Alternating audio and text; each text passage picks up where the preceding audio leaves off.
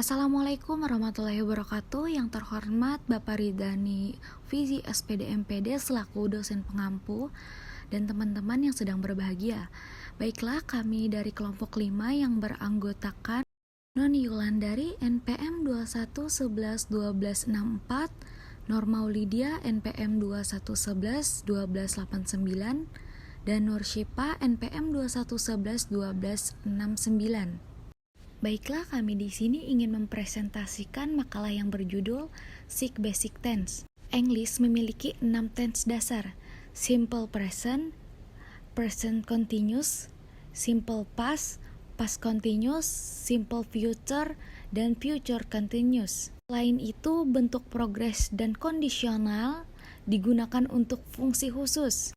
Bentuk progress seperti saya bernyanyi, saya sedang bernyanyi, saya akan bernyanyi digunakan untuk menunjukkan kesinambungan tindakan daripada penyelesaiannya. Misalnya, bandingkan saya menulis surat dengan saya sedang menulis surat. Kalimat pertama hanya menyatakan bahwa suatu tindakan telah selesai di masa lalu, sedangkan kalimat kedua menyiratkan bahwa tindakan tersebut terhubung ke peristiwa lain. Selanjutnya, yang pertama ada simple present tense. Present simple atau present independent adalah salah satu bentuk kata kerja yang terkait dengan present tense dalam bahasa Inggris modern. Untuk rumusnya, positive tense subject plus verb 1 plus is or is plus object yang negatif, subject plus do or does not plus verb 1 plus object. Untuk interrogatif, do or does plus subject plus verb 1 plus object plus mark question. Untuk contoh positif, my friend lives in Bandung. Untuk contoh negatif, we do not live in the city. Untuk contoh interrogatif, do you know her name? Untuk yang kedua ada present continuous tense. Present continuous tense merupakan bentuk tense yang digunakan untuk menyatakan bahwa suatu aksi sedang berlangsung selama waktu tertentu pada waktu sekarang, atau juga bisa disebut present. Untuk rumusnya, positif subject plus be, am, or is, or are plus verb ditambah ing. Untuk negatif, subject plus be, am, or is, or are plus not plus verb ditambah ing. Untuk interrogatif, be plus am, is, or are plus subject plus verb ditambah ing. Untuk contoh positive sentence, she is reading a romance novel right now. Untuk negatif, they are not eating cake. Untuk interrogatif, is mom cooking now? Materi selanjutnya akan dibacakan oleh saudari Noni Yulandari. Simple past tense. Simple past tense merupakan bentuk dari past tense dalam bahasa Inggris. Kalimat tersebut digunakan untuk menjelaskan waktu di masa lalu. Rumus: positif subject plus verb to plus object. Negatif subject plus did not plus verb 1 plus object. Interrogatif, did plus subject plus verb 1 plus object plus interrogatif. Contoh positif, I went to Yogyakarta with my friend last week. Negatif, you did not buy the tax last year. Interrogatif, what did you buy last Sunday? Yang keempat, past continuous tense. Past continuous tense adalah tense untuk menyatakan suatu peristiwa atau kejadian yang sedang terjadi di masa lalu selama waktu tertentu.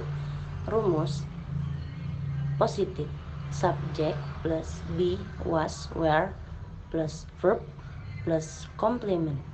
Negatif subject plus be, was, were plus not plus verb plus complement.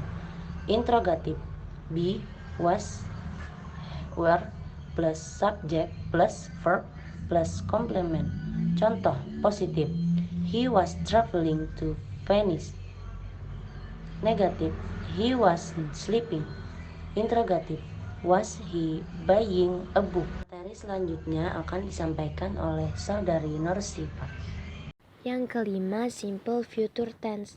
Simple future tense merupakan tense untuk menjelaskan suatu peristiwa yang belum mulai dan akan terjadi di masa yang akan datang.